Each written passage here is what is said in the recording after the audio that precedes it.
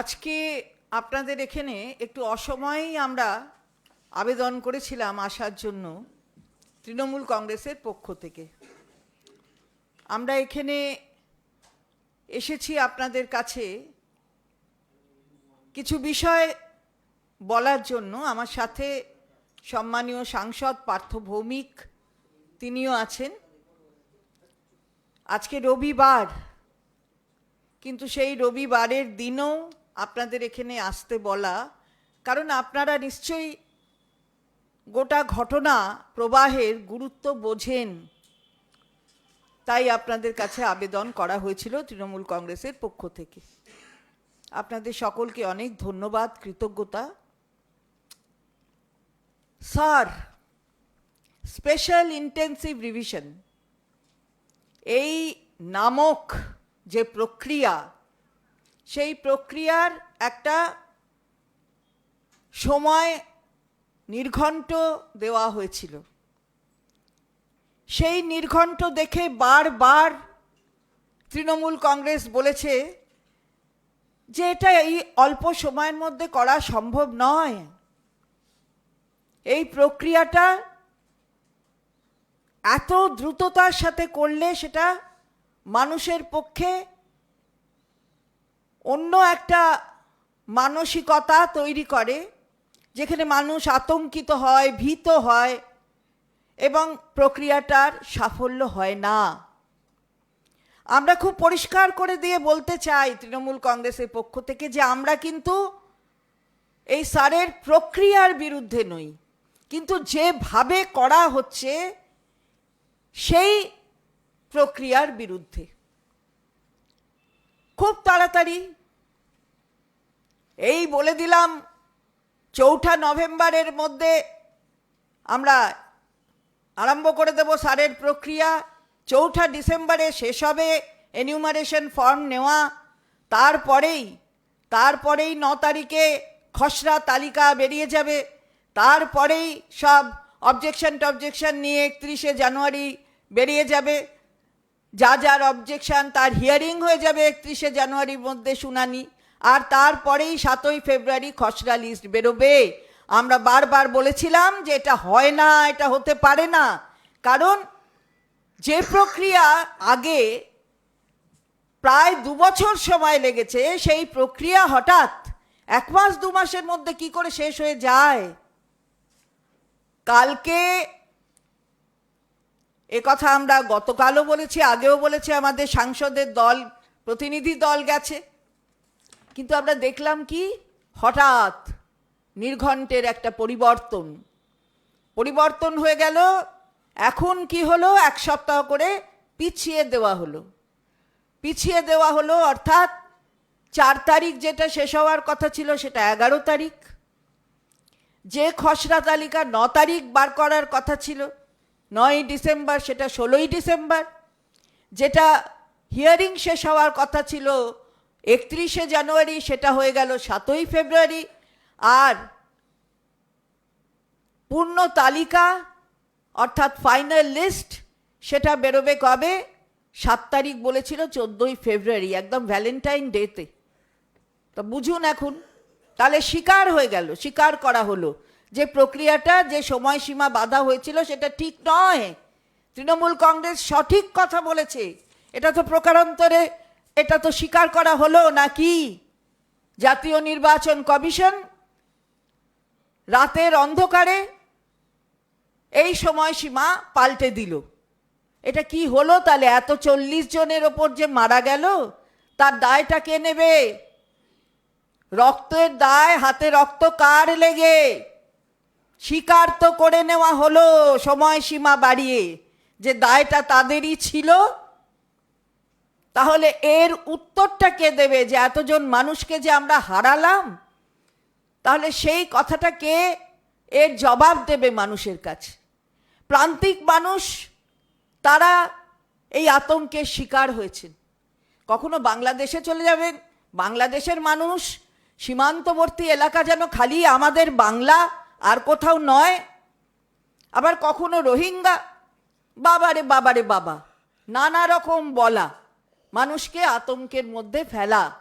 আমরা বারবার বলেছিলাম এরকম করো না, এরকম করা যায় না, এটা হয় না, কিন্তু তাতে তখন কর্ণপাত করেনি, পরে কিন্তু বুঝেছে, ভুলটা স্বীকার করলো। তা আমরা বলতে চাই যে যখন বিরোধীদের পক্ষ থেকে বিরোধী দলনেতা সহ অন্যান্যরা তারা বলছেন 1 কোটি বাদ যাবে, কখনো বলছেন এই 8 দফায় নির্বাচন এবার হবে না, 2-3 দফায় হবে। আচ্ছা, এটা জানছে কি করে বলুন তো? নির্বাচন কমিশন নাকি স্বায়ত্তশাসিত একটি সংস্থা?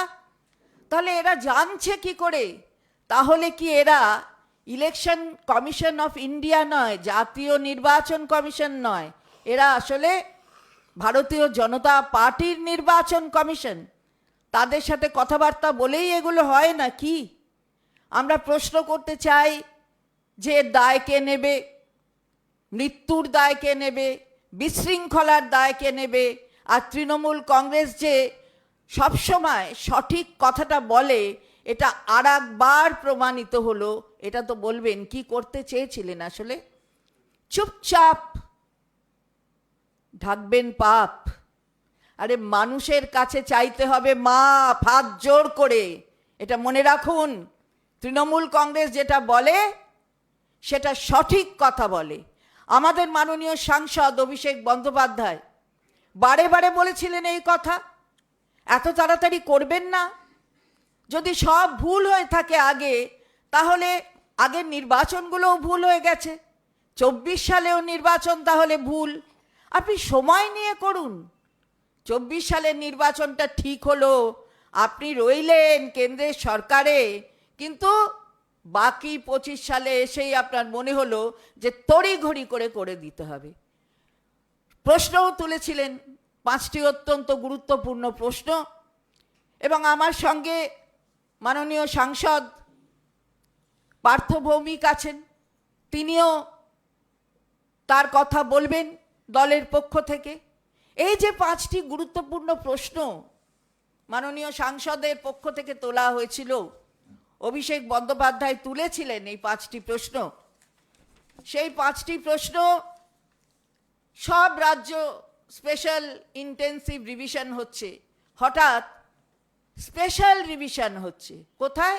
না অসমে। অসম কি সীমান্তবর্তী রাজ্য নয়?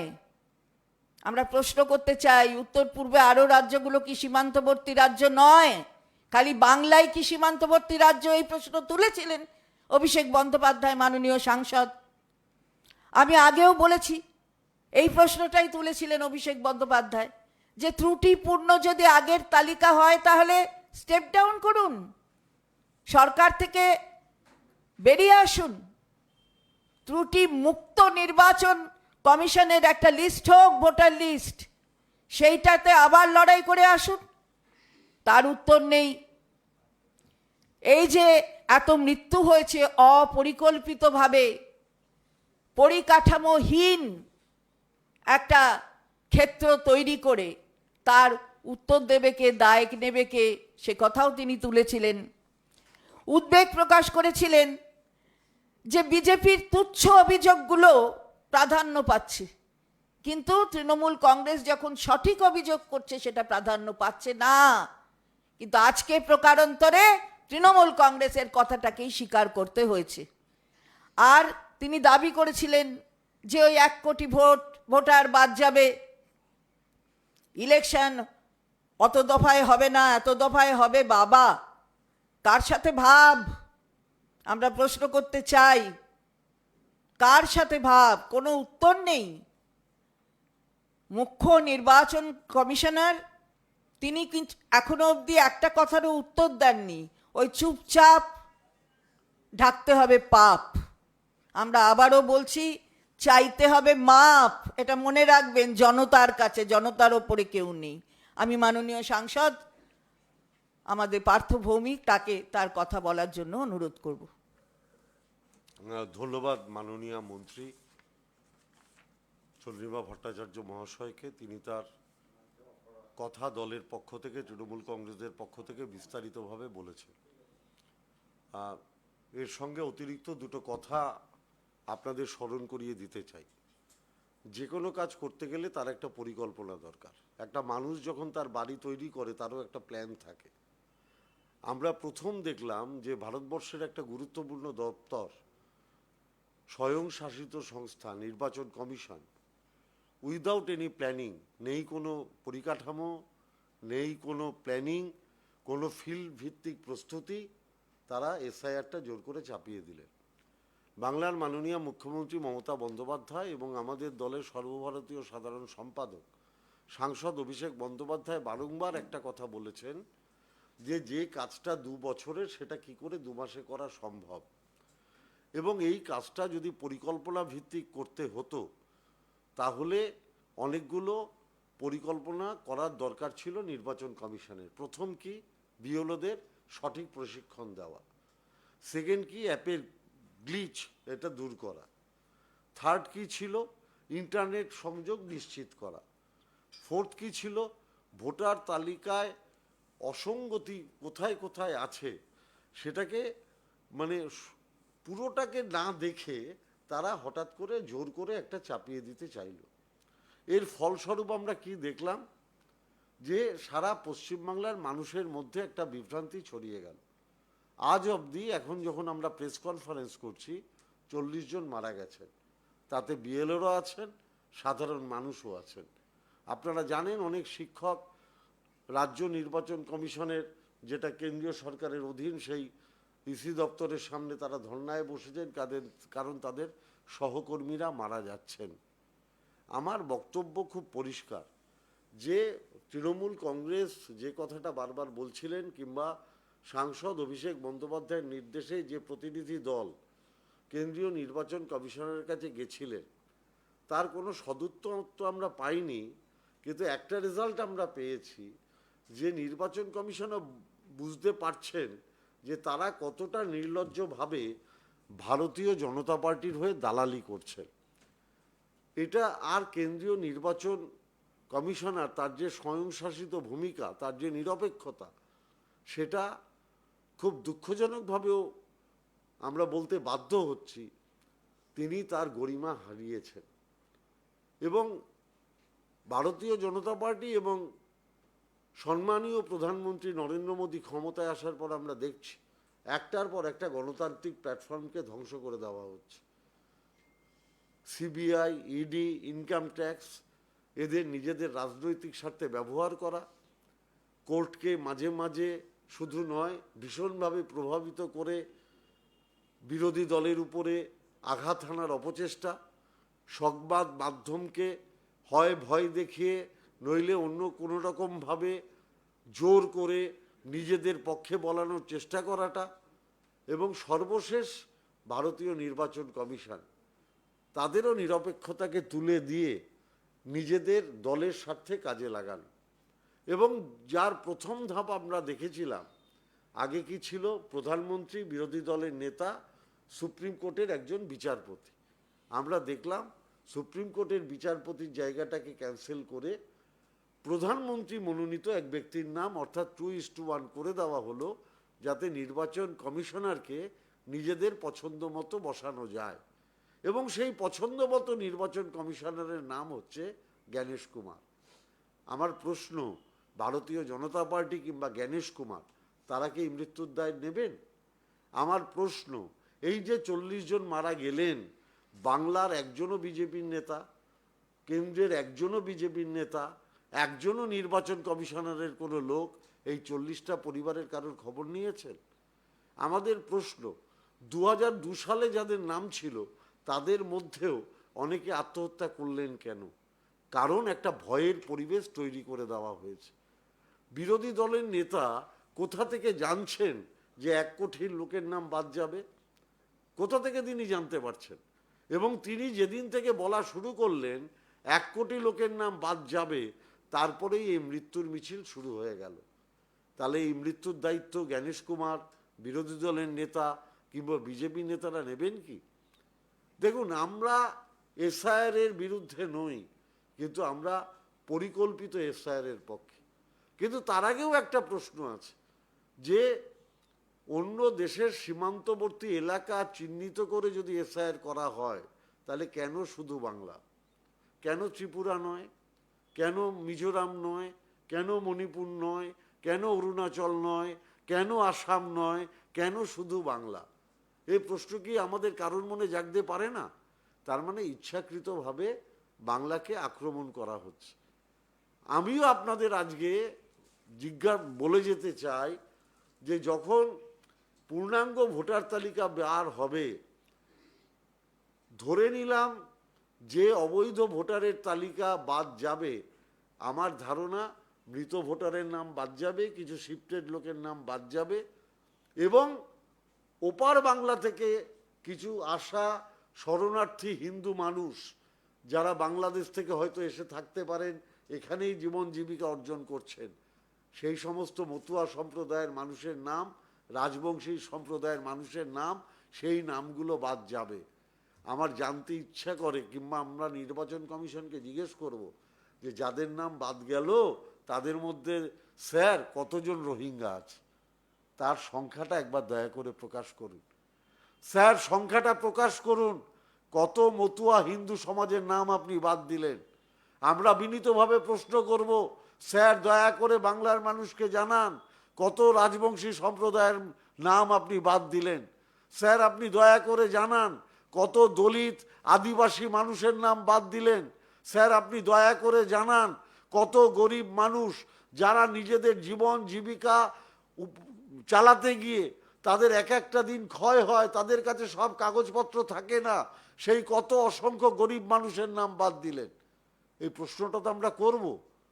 তার আগে পায়ে পা মিলিয়ে, তাদের সাথে কাঁধে কাঁধ মিলিয়ে, তাদের পাশে দাঁড়িয়ে তৃণমূল কংগ্রেস তার লড়াই চালিয়ে যাবে। আমরা মানুষের পাশে দাঁড়িয়ে লড়াই চালিয়ে যাব, ওরা বাংলার বিরুদ্ধে ষড়যন্ত্র করে যাবে।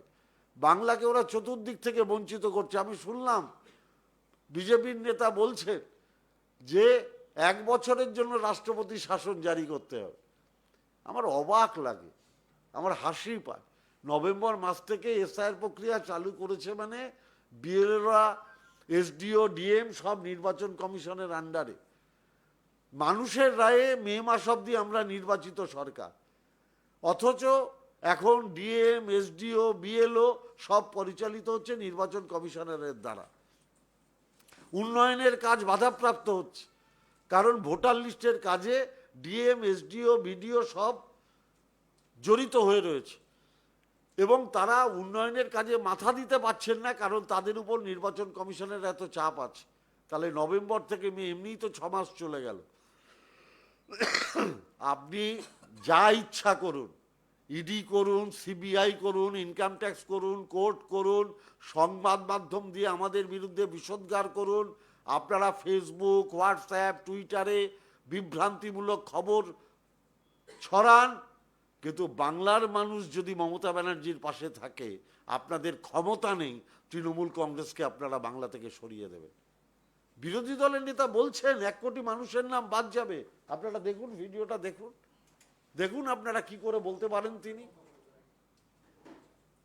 1 কোটিরও বেশি নাম বাদ যাওয়া উচিত। 1 কোটি নাম বাদ যাবে লিখে, 1 কোটি নাম বাদ যাবে লিখে রাখুন, ধারে আগে পরে হতে পারে। পশ্চিমবঙ্গে 1 কোটির বেশি ভোটার তালিকা থেকে নাম কোয়াবে। পশ্চিমবঙ্গে 1 কোটির বেশি ভোটার তালিকা থেকে নাম কোয়াবে। 1 কোটি 20 লক্ষ মানুষ যারা অবৈধভাবে ভোটার হিসেবে পশ্চিমবঙ্গের মাটিতে আঁকড়ে ধরে বসে আছে, তারা কিন্তু বাদ যাবে। যে বিহারে যদি 56 লক্ষ নাম বাদ যায়, এটা বর্ডার, স্বাভাবিকভাবে তার থেকে বেশি হওয়া উচিত হিসেব মতো, এটা লজিক বলে। প্রচুর হিন্দুদেরও ভোট বাদ যাবে। বিহারের ধাঁচে যদি এখানে হয় সার্কুলেশন, তাহলে এদের নাম কি করে রক্ষা করবেন? কমপক্ষে 50 লক্ষ উদ্বাস্তুদের নাম বেরোবে। 1 কোটিও হতে পারে, 1 কোটিও হতে পারে। আপনারা নিজেরা শুনছেন বিজেপি নেতারা কি বলছে। তাহলে যারা এতদিন মতুয়া সমাজের ভোট নিলেন, যারা এতদিন উদ্বাস্তু যারা এসছে তাদের ভোট নিলেন, আজকে তারাই বলছেন সেই নামগুলো বাদ যাবে। অর্থাৎ বিজেপির কি চরিত্র সেটা বাংলার মানুষ অনুধাবন করতে পারছে। আপনারা বলুন তো, কেন মানুষ বারে বারে লাইনে দাঁড়াবে? আপনারা বলতে পারেন ডিমনিটাইজেশনের সময় বলেছিল আপনারা লাইনে দাঁড়ান, সমস্ত কালো টাকা আমরা বাজার থেকে শেষ করে দেব। কালোবাজারি শেষ হলো? যদি কালোবাজারি শেষ হতো তাহলে এত ইনকাম ট্যাক্স ইডি রেট হতো বিভিন্ন ব্যবসায়ীদের বাড়িতে? আমি আপনাদের জিজ্ঞাসা করতে চাই। উনি বলেছিলেন যে আমরা উগ্রপন্থী কার্যকলাপ বন্ধ করে দেব, কাশ্মীরে 370 ধারা রদ হলেই নাকি সব উগ্রপন্থী কার্যকলাপ বন্ধ হয়ে যাবে। উগ্রপন্থী কার্যকলাপ বন্ধ হয়েছে? আজকে বাংলার মানুষ জিজ্ঞেস করছে। যদি উগ্রপন্থী কার্যকলাপ বন্ধ হয়ে থাকে তাহলে পাহেলগাঁওয়ে আমার বোনের সিঁদুর কেন মুছে গেল? এই প্রশ্ন তো বাংলার মানুষ করছে।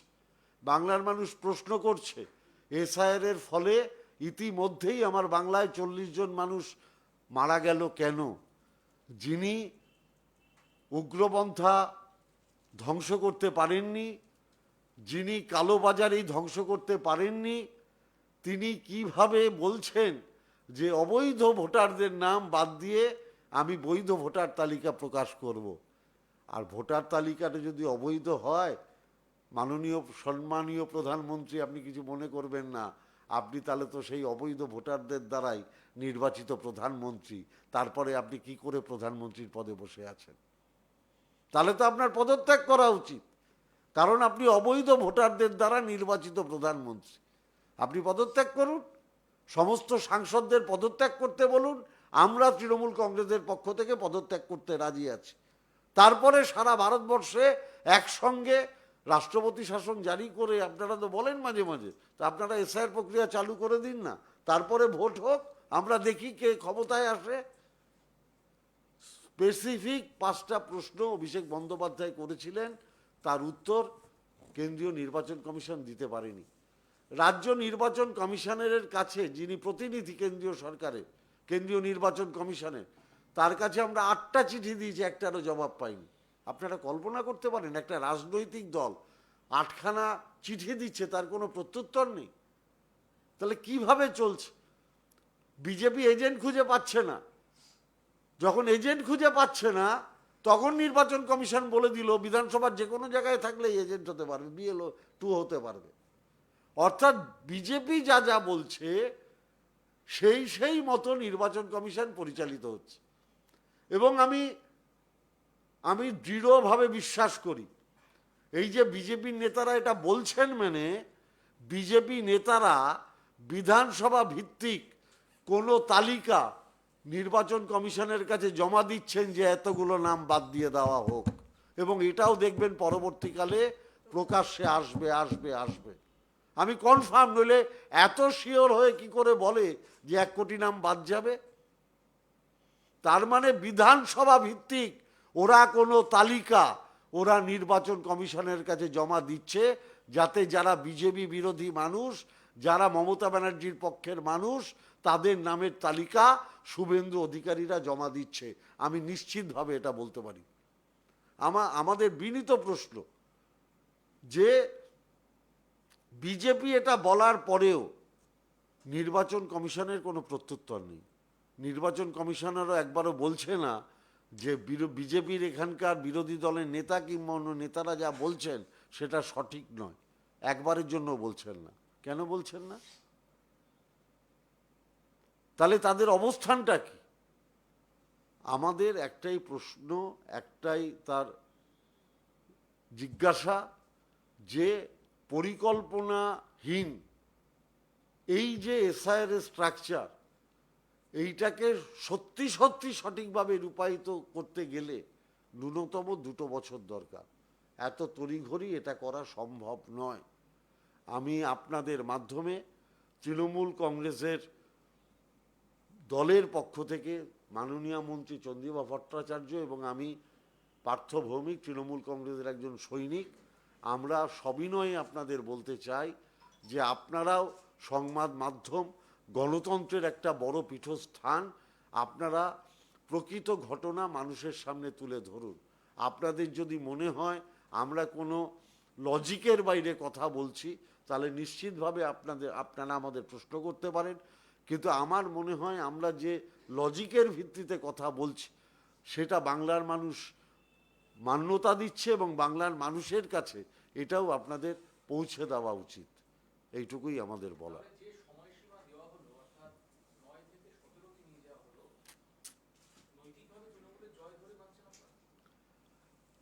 সামান্য পরিমাণ হলেও তো জয় হয়েছে। তার মানে ওরা 9 থেকে স্বীকার 16 9 থেকে 16, তার মানে ওরা স্বীকার করছে যে ওদের ওইটুকু সময়ের মধ্যে এটা করা সম্ভব না। আমরা আবার এটাও বলছি এই এক সপ্তাহের মধ্যেও এটা করা সম্ভব নয়। এর জন্য আরও অনেক বেশি সময় দরকার, যেটা তৃণমূল কংগ্রেসের নেত্রী মমতা ব্যানার্জি এবং আমাদের সাধারণ সম্পাদক অভিষেক বন্দ্যোপাধ্যায় বলেছেন ন্যূনতম 2 বছর দরকার সঠিকভাবে ভোটার লিস্টটা ঠিক করার জন্য। আর প্রশ্ন?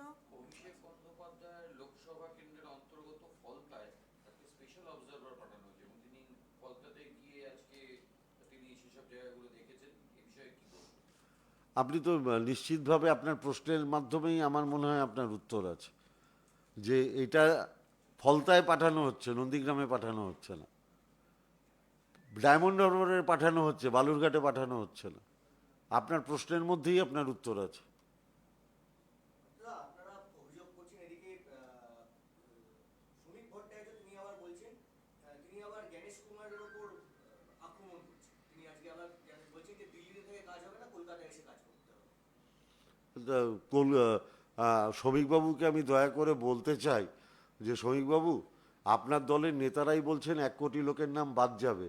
আপনার দলের নেতারাই তো কেন্দ্রীয় নির্বাচন কমিশনের এজেন্ট হিসাবে কাজ করছেন, তো ওনাকে আর এখানে আসতে হবে কেন? আপনার দলের লোকেরাই তো নির্বাচন কমিশন হয়ে গেছে। শুভেন্দু অধিকারী বলছেন যে সিপিএম কে ভোট দেওয়া মানে পক্ষান্তরে তৃণমূলকেই ভোট দেওয়া। এটা শুভেন্দুবাবু সবচেয়ে ভালো করে জানেন, কারণ সিপিএমের ভোটেই তো বিজেপি এই জায়গায় এসছে। অতএব সিপিএম কি করবে না করবে সেটা বিজেপি থেকে ভালো আর কেউ জানে না। সুকান্ত মজুমদার আজকে বলেছেন যে অভিষেক বন্দ্যোপাধ্যায়কে নিশানা করে বলেছেন যে ওর উপমুখ্যমন্ত্রী হওয়ার খুব শখ, নন্দীগ্রাম থেকে ভোটে লড়তে চান। সুকান্তবাবুকে আমি অনুরোধ করব, আমি শুনেছি ওনারও হাফ প্যান্ট পরা মন্ত্রী, তো উনিও ফুল মন্ত্রী হতে চান, ওনার মনের একটা ইচ্ছে আছে। প্রধানমন্ত্রী হতে হ্যাঁ, চান, ফুল মন্ত্রী না, একেবারে হাফ প্যান্ট থেকে উনি ফুল প্যান্ট পরতে চান। আমি ওনাকে বলবো দিল্লিতে তো আপনি হাফ প্যান্টই থাকবেন, কারণ বিজেপি বাংলার কোনো বিজেপি এমপিকে কোনোদিন পূর্ণমন্ত্রী করবেন না, এবং বিজেপির কাজই হচ্ছে বাংলাকে বঞ্চনা করা। যার জন্য নরেন্দ্র মোদী যখন 2022 সালে বলেছিলেন সবার মাথার উপরে ছাদ হবে, আমরা দেখেছি সেই বাড়ির টাকাটা আটকে রেখেছে বাংলার গরিব মানুষের বিজেপি। আমরা দেখেছি সুপ্রিম কোর্ট রায় দেওয়া সত্ত্বেও এনআরইজিএসের টাকা আটকে রেখেছে বিজেপি। আমরা দেখেছি বাংলার প্রাপ্য 2000 লক্ষ কোটি টাকা সেটাও আটকে রেখেছে বিজেপি। নির্বাচন কমিশন বলছেন আমি বিএলওদের মাইনে কি 6000 থেকে 12000 করে দিলাম, এমন ভাব দেখাচ্ছেন। আমরা বলছি ওটা 12000 না 50,000 করে দেবো, শুধু আমাদের প্রাপ্য 2,00,000 কোটি টাকাটা রাজ্য সরকারকে দিয়ে দিন। আচ্ছা, এই যে 1 কোটির পাশাপাশি যেটা শোনা যাচ্ছে যে 35 লক্ষ ভোটারের নাম কাটা যেতে পারে, এটা নিয়ে কি বলবেন? এটা কি আরেকটা ত্রাস? দেখুন, ওদের কাজ ব্যাপারটা হচ্ছে কি এটা? ব্যাপারটা যদি কেউ ডেড ভোটার থাকে কাটবে, এটা নিয়ে তো কেউ বলছে না, বলছে প্রসেসটা এত তাড়াতাড়ি কেন। তার মানেই হচ্ছে যে বৈধ ভোটারকে অবৈধ করার যে ঘৃণ্য প্রচেষ্টা তার বিরুদ্ধে। যদি কোনো ডেড ভোটার থাকে কাটবে, আমরা তো সারের প্রক্রিয়ার বিরুদ্ধে নই, আমরা তো বিরুদ্ধে নই, কিন্তু যেভাবে করছে আমরা তার বিরুদ্ধে। সেই কারণেই তো এটা বলা 35 লক্ষ কাটবে না 36 লক্ষ কাটবে, আগে থেকে জেনে যাচ্ছে কি করে সেটাই তো বোঝা যাচ্ছে না। আমাদের ওয়ান ট্যাগলাইন, কোনো বৈধ ভোটারের নাম বাদ যাবে না, এর বাইরে আমাদের কোনো কথা নেই। ওয়ান ট্যাগলাইন, কোনো বৈধ ভোটারের নাম বাদ দেওয়া যাবে না। Ma'am, we have seen that the date of SIR process which is going on, the date extends. What's your reaction over this? No, we have already, on behalf of Trinamool Congress, we had repeatedly said that the time which has been given by the Election Commission of India is not proper to combat the entire situation, because this needs a longer time. Earlier, we have seen that it has taken almost 2 years to complete the entire process. Then what makes the election commission to give only 1 month or 2 months time to complete the entire process? So this is what we said. And now that they have extended, it's true that it's only for a short period. That also needs a revision again. But they have actually admitted their fault, and they have admitted that whatever Trinamool Congress was saying is right. Ma'am, another question is that we have seen that lots of people, and including BLOs also, anyone committing suicide. Yes. Deaths are there in various districts of West Bengal. What's your reaction over No, that is what we were saying, that 40 people, more than 40 people have lost their lives. We have lost them. They were all of Bengal. So we have lost them. What is the answer from the end of Election Commission of India? They have not answered this question. Who will take the responsibility of their death? Why such a situation has been created that they, out of fear, they were compelled to suicide? Why this situation was created? Then who will be taking the responsibility? Will BJP take? Will Election Commission take? Because this has to be taken. They are saying that they are neutral. This institution is a neutral institution, has to be a neutral institution, but their work mode doesn't say, that doesn't make it sure that they are neutral. They are acting on behalf of the Bharatiya Janata Party. Why? What for? BJP নেতারা কমিশনের ভূমিকা নিয়ে প্রশ্ন তুলছিলেন কয়েকদিন ধরে, তারপরে দেখা গেল যে রাতারাতি 13 জন অবজারভার কমিশন নিয়োগ করলো, তারপরে এরা মাঠে নেমে পড়লো। বিজেপি নেতাদের প্রশ্নের পরই অবজারভার নিয়োগ হঠাৎ এটাই তো আমরা বারবার বলছি, যে যা যা বলা হচ্ছে, আমাদের মাননীয় সাংসদও সেটা বললেন, যা বলা হচ্ছে, যখন বিজেপি যাচ্ছে তাদের কোনো কথা নিয়ে, অভিযোগ নিয়ে, তাদের কোনো সমাধান সূত্র, সেটা হয়তো প্রকাশ্যে বলছে না, তলায় তলায় বলছে, সেইটা কিন্তু হয়ে যাচ্ছে ইলেকশন কমিশনের পক্ষ থেকে, সেটা করে দেওয়া হচ্ছে। তাহলে কি ইলেকশন কমিশন ভারতের ইলেকশন কমিশন, জাতীয় ইলেকশন কমিশন, না ভারতীয় জনতা পার্টির ইলেকশন কমিশন? সুতরাং পর্যবেক্ষক আসুক, পর্যবেক্ষণ করুক, তাতে কোনো অসুবিধা নেই, পর্যবেক্ষণ করবে, কিন্তু তৃণমূল কংগ্রেস যা বলেছে সেটাই যে আজকে সত্য, সেটা কিন্তু প্রমাণিত। সুতরাং ইলেকশন কমিশনকে মানতে হয়েছে, বাধ্য হয়েছে। এই সময়টাও সঠিক অল্প সময়, এটা আমাদের মাননীয় সাংসদও বললেন যে আমরা চাই যে আরও বেশি এই প্রক্রিয়ার জন্য সময় দেওয়া হোক, কিন্তু এই দায় কে নেবে? এই রক্তের দায়টা কে নেবে? আমি আগেই তো বললাম যে এটা কি হলো, এটা হলো ওই চুপচাপ ঢাকছে পাপ, হাতে রক্তের দাগ লেগে আছে, মানুষের কাছে চাইতে হবে হাত জোর করে মাপ। এটা মনে রাখে যেন, পর্যবেক্ষক আসবে, পর্যবেক্ষণ করবে, তাতে কারুর কিছু এমনি তো বলার নেই, কিন্তু আমরা চাইবো যে নিরপেক্ষতা বজায় থাকুক। অ্যাকচুয়ালি আমি বলছি, ওরা নিজেরাও ভালো করে জানে নির্বাচন কমিশন যে এত শর্ট টাইমে করা যায় না। ওরা ভেবেছিল যে তৃণমূল কংগ্রেস এটা প্রতিরোধ করে আটকে দেবে এবং তার পিরিয়ডটা বাড়বে, যাতে ওরা এখানে রাষ্ট্রপতি শাসনটা করতে পারে। এটা ছিল ওদের পরিকল্পনা। কিন্তু আমরা যে রাজ্য সরকার যে এটা বাধা দেবে না, এটা ওরা বুঝতে পারেনি।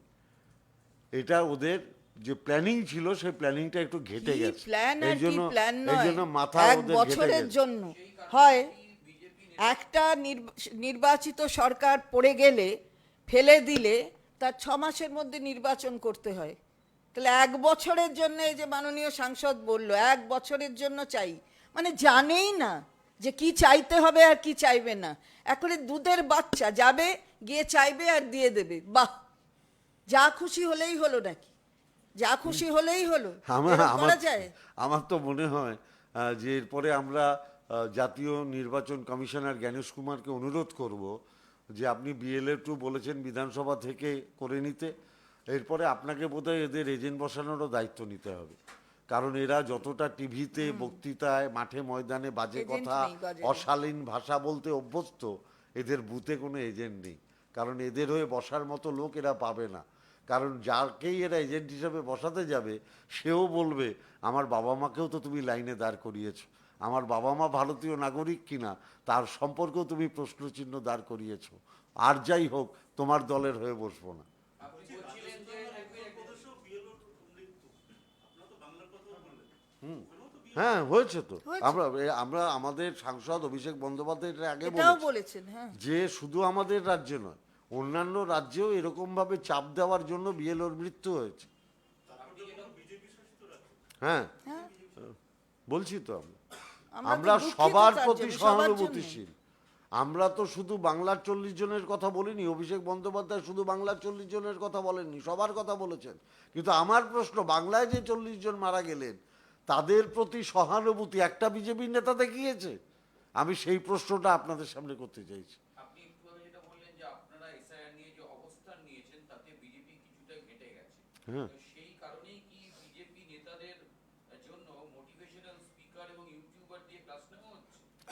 এছাড়া ওদের উপায় নেই। ওরা দেখুন, ওরা না ইউটিউব, ফেসবুক, টুইটার, নির্বাচন কমিশন, ইডি, সিবিআই, ইনকাম ট্যাক্স, সংবাদ মাধ্যম এইসব নিয়ে থাকবে। আর আমরা মানুষের সাথে থাকবো, মমতা ব্যানার্জির সৈনিক হিসেবে, অভিষেক বন্দ্যোপাধ্যায়ের সৈনিক হিসেবে। I have a question to Parthoda. Parthoda, KMC delegation team met with the election commissioner of India. After that, we have seen that on election commission doubles the remuneration of the BLOs.